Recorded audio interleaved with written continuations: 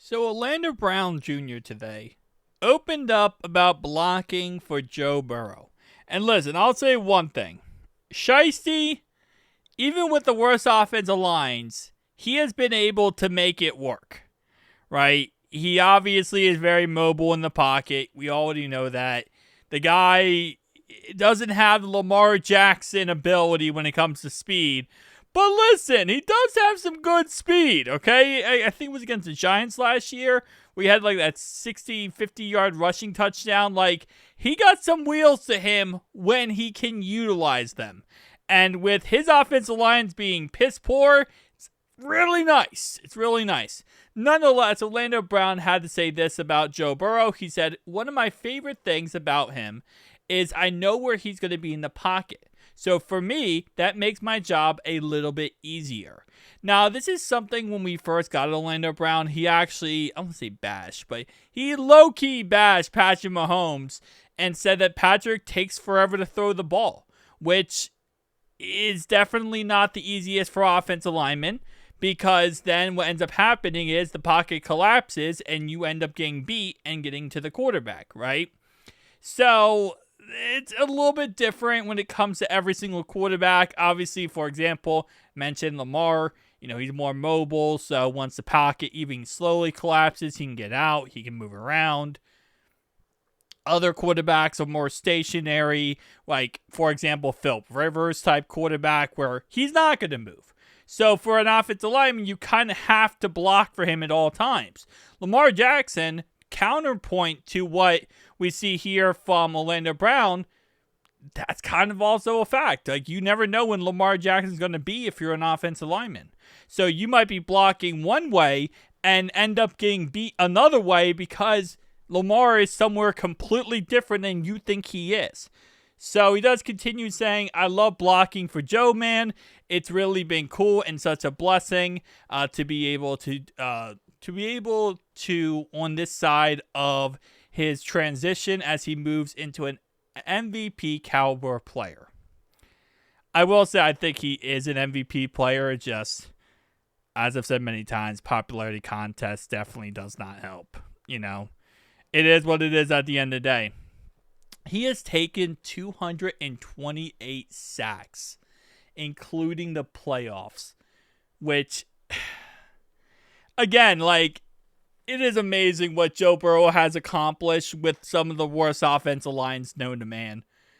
And he still has been to the Super Bowl. He still has been back-to-back championships. Again, no, he hasn't won the popularity contest, but still. Joe is tough as HE double hockey sticks.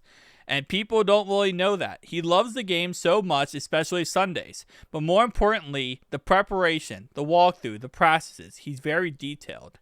I think he said something about he won't let his parents come over the Saturday before the game because he is mentally prepared for the game and he doesn't want anywhere near him. I believe that's one. So he said that, I think, maybe a year ago, I want to say. And then the next thing that I love about Joe was he said he doesn't feel like he's really playing football until he takes the first hit. He is just, if you want to prototype an AFC North quarterback, Joe Burrow is that guy. Joe Burrow, Ben Roethlisberger, Joe Flacco, and who did the Brownies have? I guess I would say Joe Flacco when he was with the Ravens. Who did the Brownies have that was AFC North? I guess Baker Mayfield. Baker Mayfield very much. I don't know. Baker Mayfield, very tough, gritty quarterback. So I feel like he is the prototypical AFC North quarterback. Who else? Deshaun Watson is. He's not an AFC North quarterback. And again, the AFC North quarterback, in order to hit that label or have that label for you, you have to be tough, gritty. You have to be able to be punched in the mouth and still keep going. You have to be able to take your lumps and just keep moving forward. You're going to get hit. You're going to get sacked. You're going to get poked in the eye. You're going to play in the cold weather. You're going to play in the rain, sleet, snow. It doesn't matter. That's the mentality for an AFC North quarterback. So I don't even know who the Browns would have as their I guess Baker Mayfield. Like, that's the only one I can think of for the Brownies. For us, obviously, we got Joe, Big Ben, and then the Ravens would have Joe Flacco. Because outside of that, I mean, even the Ravens, I mean, Kyle Bowler back in the day, he was kind of tough and gritty a little bit.